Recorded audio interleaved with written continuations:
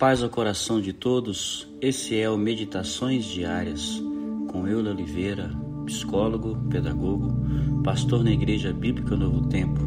Um momento para se meditar em Deus a partir de si mesmo. Hoje nosso tema de podcast é a bênção que é ter um inimigo. A base do texto é Mateus 5, 43 ou 48, que diz: Vocês ouviram que foi dito, ame o próximo e odeie o seu inimigo. Mas eu lhes digo, disse Jesus, amem os seus inimigos e orem por aqueles que os perseguem, para que vocês venham a ser filhos de seu Pai que está nos céus. Porque ele faz raiar o sol sobre maus e bons e derrama chuva sobre justos e injustos. Se vocês amarem aqueles que os amam, que recompensa vocês terão? Até os publicanos fazem isso. E se saudarem apenas os seus irmãos, o que estarão fazendo demais? Até os pagãos fazem isso. Portanto, sejam perfeitos como perfeito é o Pai Celestial de vocês. É um texto desafiador em todos os âmbitos para o ser humano. A perspectiva que seguimos até hoje não era diferente da época de Jesus, em que essênios, fariseus e vários outros grupos políticos da época é de que devemos estar de bem apenas com quem nos faz bem. A ideia era até de odiar os inimigos.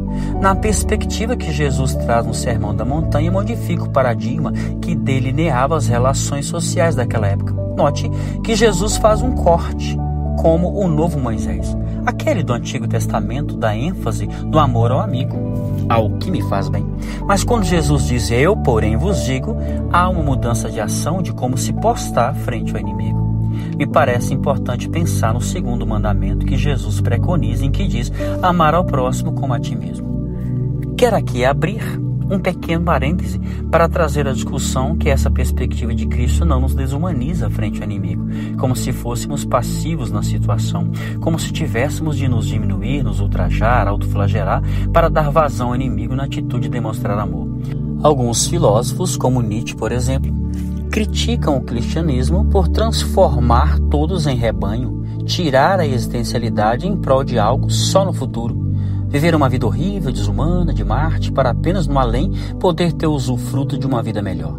Isto posto, quando voltamos para Jesus, vemos que ser perfeito e como o vosso Pai Celestial é, traz a perspectiva de uma vida plena, que não se diminui ao amar quem lhe faz bem. Na realidade, se está tão bem e pleno como ser humano, que o inimigo serve muito mais como parâmetro para o autocrescimento do que como um usurpador da vida de quem está amando. Não se trata de aceitar as mazelas, mas achar os caminhos na caminhada com o inimigo que venham destronar as bases que levam as mazelas às desgraças. É andando com ele que se conhece seu como, seu jeito de ser e agir, e aí poder encontrar os meios, inclusive, de modificá-lo como inimigo. Ser perfeito como o Pai o é estar em plenitude existencial, é ser em si mesmo, é não ser escravo ou mandado pelo que o inimigo lhe fez. Então, se cresço, tenho condição de dar-lhe o bem. O texto fala na versão NVI que Deus faz raiar o seu sol sobre maus e bons, justos e injustos. É dar o melhor de mim. Então veja que é não se assemelhar. Seu sol é não agir igual, mas agir a partir do que sou. Então, seu sol. E se ainda não sou, caminho para ser. E só o inimigo traz para mim a visão de mim mesmo. Aqui entra em outra perspectiva que podemos tirar do texto. Baltazar Thomas, filósofo contemporâneo, nos brinda com uma reflexão sobre este texto interessante. Para ele, o inimigo nos provoca, nos questiona, por isso não devemos querer odiá-los ou suprimi-los, mas devemos amá-los, pois trazem em suas atitudes oportunidades para que cresçamos, ou pelo menos as mostram. Aperfeiçoemos nossos instintos para que inventemos novas defesas. É com a adversidade que o inimigo nos proporciona que desçamos no mais profundo do nosso si mesmo, encontrando o melhor de nós. Os negros americanos, apesar de sofrerem bastante, conseguiram construir uma música mais potente como o jazz, que depois foi imitada grosseiramente pelos perseguidores.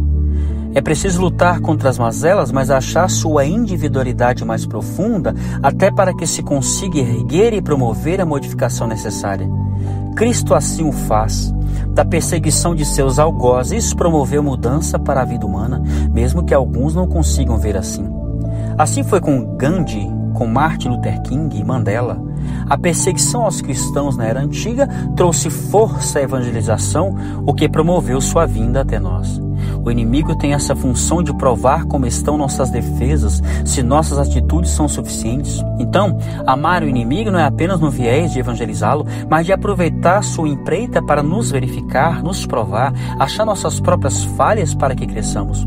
Olhar para seus questionamentos, suas provocações, para reflexões que nos levem à profundidade de nós mesmos. Penso que consegui provocar vocês a se repensarem também nessa empreitada que é a vida humana em existencialidade. Então, Deus lhes abençoe. Paz ao coração de vocês.